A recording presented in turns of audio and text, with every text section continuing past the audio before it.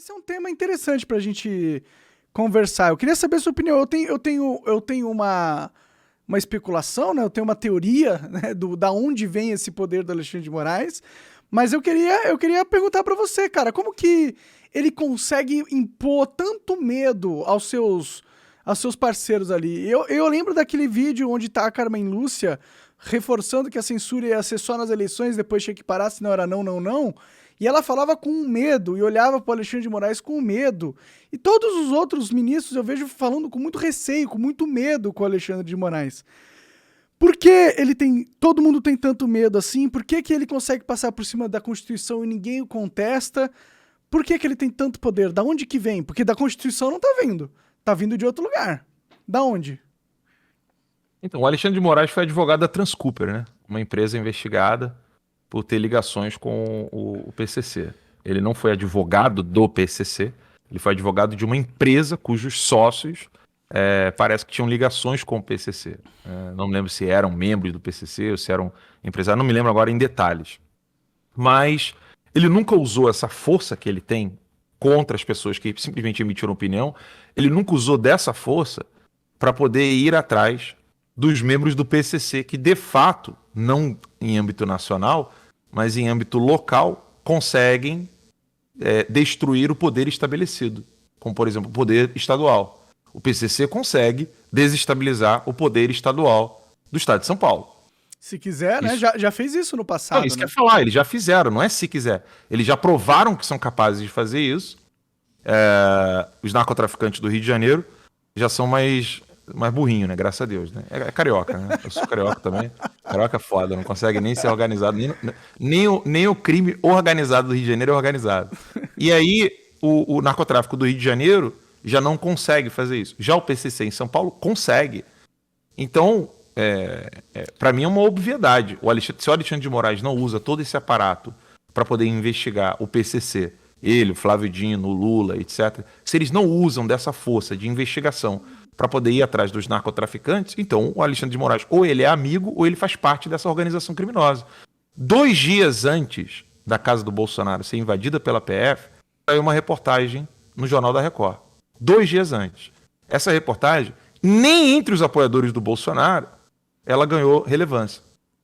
Nem entre eles. Uma reportagem do R7, eu não sei se a tua equipe pode talvez colocar um link na tela, mas se vocês se acharem aí, pode. Se achar, é só botar assim, ó. É só botar assim, R7, Fernandinho Beiramar, PCC, vocês vão encontrar aí. Qual foi a matéria? A matéria é de que a polícia havia, então, encontrado... se for lá no meu site, Notícias Sem Máscaras, vocês vão encontrar. Noticiasemmáscara.com. A matéria era o seguinte, a polícia interceptou conversa telefônica dos narcotraficantes, conversa deles com o Fernandinho Beiramar. Nessa conversa, o Fernandinho Beiramar estava ensinando ao PCC, inclusive dizendo frases como vocês não sabem o poder que vocês têm, falando para o PCC.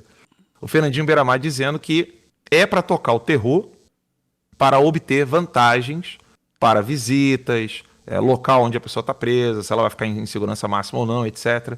E ele teria aprendido isso com as Farc.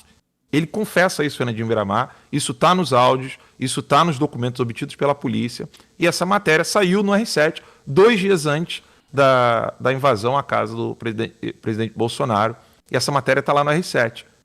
Mas por que o Dino e o Alexandre de Moraes não usam dessa matéria jornalística do R7 para poder ir atrás de quem de fato pode desestabilizar a sociedade brasileira? Porque ou ele faz parte, ou ele é amigo dos caras. Ou ele tem medo dos caras, né? Eu não sei se é medo, porque... Assim, pode ser que seja eu teria medo. Se os caras têm capacidade de tocar o terror num estado de São Paulo, que eles não têm capacidade de tocar o terror no ministro? Com certeza, mas as ações dele, elas não denotam, elas podem conotar, ou seja, uma interpretação subjetiva minha e sua, elas podem conotar medo, mas elas não denotam medo, elas denotam que ele está ali defendendo a democracia e que tem que extirpar essa galera. É que tem, tipo, eu entendo o que você tá falando, eu acho que tem caroço nesse angu nesse sentido, não sei qual que é a relação, mas é muito esquisito, tipo, tudo com crime organizado eu acho esquisito aqui no Brasil. O crime organizado é organizado demais, é um pouco assustador até, inclusive.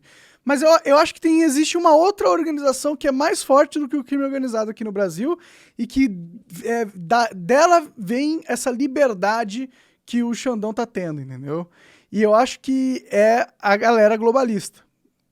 É o Fórum Econômico Mundial e são esses caras que... Hoje são eles que mandam no Brasil, entendeu? Quem é dono deste país, né, quem tá no controle das nossas instituições, são esses caras, não é o PCC, sacou? Talvez eles até controlem o PCC, de tão poderoso que eles são, entendeu? Então, eu acho que é daí que vem o poder do Alexandre de Moraes. O próprio Joe Biden, admitiu que eles trabalharam para garantir o quê? A democracia no país. Não é a coincidência que os mesmos termos são usados. É o mesmo projeto. Esse projeto de proteção à democracia que aconteceu nessas últimas eleições foi um projeto da CIA, na minha opinião. Entendeu? Eu acho que... Eu entendo o negócio do PCC, é um problema pro Brasil esses caras, mas tem uns caras ainda mais problemáticos que o PCC, na minha opinião. A denúncia que foi parar no Tucker Carlson de que o Bernie Sanders tenha falado num podcast que o Biden e a administração Biden estava interferindo nas eleições brasileiras, a primeira foi minha, no site do Terça Livre. Pode crer. E aí depois é que foi parar no Tucker Carlson, onde ele entrevistou o Matthew Thurmond, e depois o pessoal do Brasil ficou sabendo esses dias aí, né? Mas essa denúncia eu fiz na época das eleições. Eu coloquei lá o trecho da entrevista do Bernie Sanders no podcast que ele deu para um esquerdista. Eu mostrei tudo isso. Só que eu não vejo como uma subserviência esses poderes. Eu vejo mais como deixa que eu deixo do futebol, deixando a bola. Porque o narcotráfico brasileiro, ele de fato ele não manda no Brasil. Quem manda no Brasil é o Foro de São Paulo. E o Foro de São Paulo, ele tem agendas que podem, em algum momento, ela caminhar unida aos globalistas e, em outros momentos, ela não vai caminhar unida aos globalistas. O Foro de São Paulo, ele existe, ele é uma força na América Latina inteira. São comunistas que foram formados no... Não estou falando daquela menina de cabelo roxo, raspado, cabelo debaixo do braço, que fica fedida, que era mó gatinha, ficou fedida. Não, não é isso que eu estou chamando de comunismo. No livro do Oswaldo Peralva, O Retrato, é o único livro de um desertor comunista no Brasil. Único, tá? É o único. O Oswaldo Peralva era o número 2, né, do Partido Comunista no Brasil. Ele estava atrás apenas do Diógenes Arruda Câmara. E ele, mais 49 brasileiros, ou seja, 50 brasileiros, foram ter formação no Comitê Central da União Soviética em Moscou. A formação era para ter durado 3 anos, só durou 1 ano e meio, porque os brasileiros não eram disciplinados o suficiente. Isso quem fala... É bizarro, né?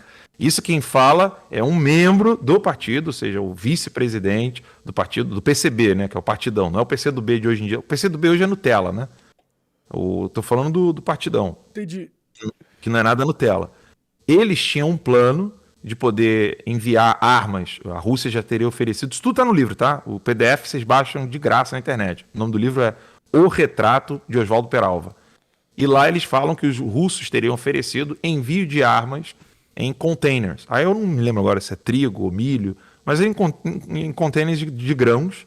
Isso seria enviado por navio para que pudesse fazer revolução armada no Brasil.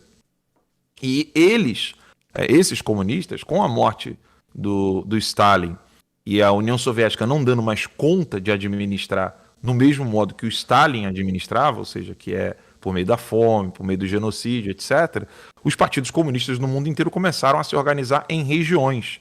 E quem ganhou vantagem em tudo isso foi o Partido Comunista Chinês.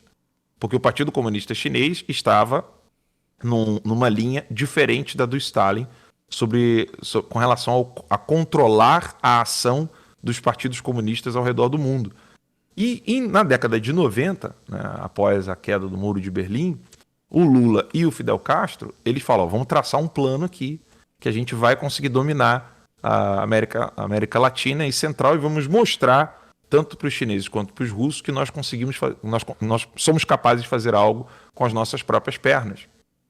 E de fato eles conseguiram. Só que Os revolucionários no mundo inteiro já mudaram de estratégia, porque eles sabem que esse tipo de estratégia bolivariana, cubana, né, petista, esse tipo de estratégia, ela assusta demais a vítima. Caralho. Você consegue entender? Sim. Ou seja, o Macron, a Angela Merkel, o próprio Putin, o Biden, o Trudeau, esse pessoal todo, eles já estão servindo a um outro tipo de mentalidade revolucionária. Quer dizer, a mentalidade é a mesma, né? Mas uma outra tática revolucionária que ela é mais lenta, ela vai destruindo lentamente o tecido social e aí você consegue transformar de fato a mentalidade das pessoas. O modelo Hugo Chávez, Fidel Castro, Lula Dirceu, que é esse modelo que o Alexandre de Moraes acaba servindo, esse modelo assusta demais a vítima. É a mesma coisa que a gente chamar aí 10 pessoas para uma festa, né? 5 homens, 5 mulheres, e aí fica aquela coisa assim, pô, as meninas já sabem que vai rolar um rola-rola e tal, não sei o quê. Aí entra o quinto, que é igual aquele maluco do American Pie, loucão, tá ligado? Entra já de pau duro, pelado. Pô, esse maluco, ele vai estragar a festa. Ele Vai ninguém assustar vai querer. Hã? Vai assustar a menina. Vai assustar, entendeu? E foi o que aconteceu, exatamente o que aconteceu no Chile. No Chile, o Boric pensou o seguinte, pô, é voto impresso, a gente conseguiu ganhar do José Antônio Castro.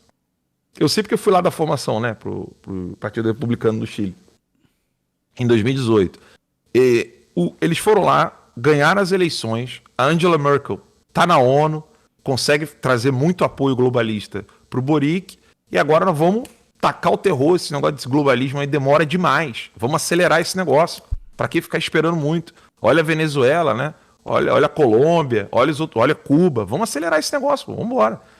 E aí eles queimaram igrejas, botaram imagem de santos no orifício anal, etc. Aquela coisa, aquilo assustou a galera.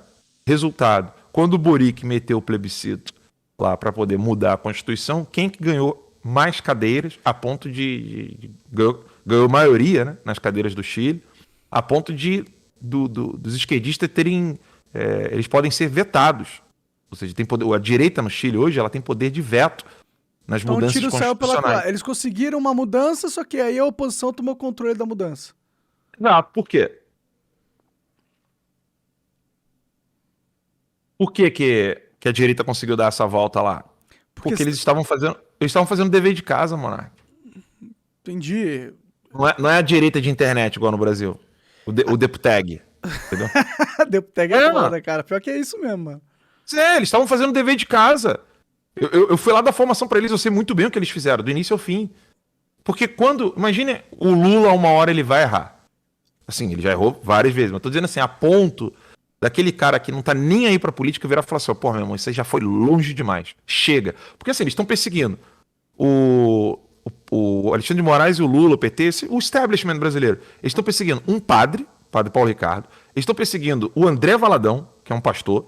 Eles já prenderam pastores, já prenderam índio, estão prendendo jornalistas, estão caçando as pessoas assim, à torta e à direita. Ninguém mais pode nem fazer manifestação. A última manifestação do movimento pró-armas, o Flávio Dino já falou que já vai mandar a PF, vai mandar investigar. Daqui a pouco vai ter o deputado preso por causa de uma manifestação absolutamente pacífica, que ninguém falou nada demais, né? Enfim, todo mundo tá vendo que os avanços estão absurdos. Sim. Vai chegar uma hora que eles vão achar que já está tudo pronto e agora já podem virar a mesa, virar a chave e eles vão tropeçar feio. Agora, eu não sei quanto tempo isso dura. Não sei se é 5, 10, 15, 20 anos. Mas eles vão tropeçar feio. O que me atemoriza no Brasil é que não tem ninguém fazendo dever de casa.